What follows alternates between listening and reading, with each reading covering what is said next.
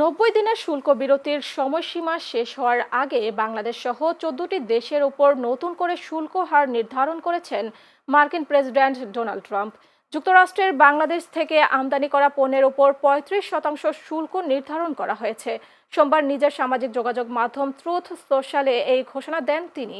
এতে আগামী ১ আগস্ট থেকে নতুন শুল্ক কার্যকরের কথা বলা হলেও দর কষাকষির সুযোগ রেখেছেন ট্রাম্প। বিস্তারিত প্রতিবেদনে।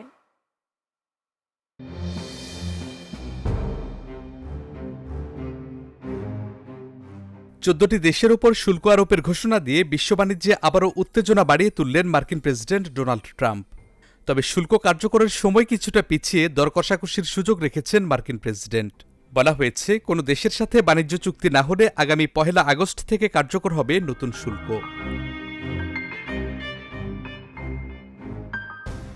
শুল্ক আরোপের সময়সীমা সম্পর্কে জানতে চাইলে যুক্তরাষ্ট্র সফররত ইসরায়েলের প্রধানমন্ত্রী বেনিয়ামিন নেতানিয়াহুর সঙ্গে নৈশভোজে ট্রাম্প সাংবাদিকদের বলেন, সময়সীমা ঠিক করা হয়েছে, তবে একেবারে শতভাগ নয়। আগস্টের মধ্যে চুক্তিতে পৌঁছাতে যে সময়সীমা নির্ধারণ করা হয়েছে সেটি নমনীয় হতে পারে।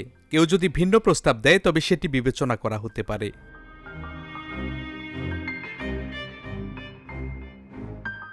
ট্রাম্প আরও জানিয়েছেন, চলতি বছরের এপ্রিল মাসে স্থগিত করা পাল্টা শুল্ক আগামী ৩ সপ্তাহের মধ্যে পুনরায় কার্যকর হবে এবং তা আগের চেয়েও বেশি হারে হতে পারে। জাপান ও দক্ষিণ কোরিয়া সহ যুক্তরাষ্ট্রের প্রধান বাণিজ্যিক অংশীদারদের কাছে পাঠানো চিঠিতে তিনি এসব তথ্য জানিয়েছেন। চিঠিতে ট্রাম্প বলেন, জাপান ও দক্ষিণ কোরিয়ার পণ্যের ওপর ২৫% শুল্ক আরোপ করা হবে। এছাড়া বাংলাদেশ, ইন্দোনেশিয়া, থাইল্যান্ড, দক্ষিণ আফ্রিকা, মালয়েশিয়া সহ ১৪টি দেশের পণ্যে ২৫ থেকে ৪০% হারে শুল্ক বসানো হবে।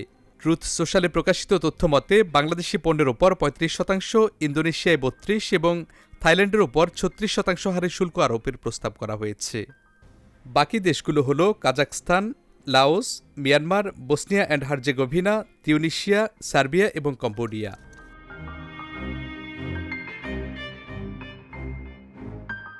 যদি দেশগুলো পাল্টা ব্যবস্থা নেয় তবে আরও কড়াকড়ি শুল্ক আরোপের হুমকি দিয়েছেন ট্রাম্প।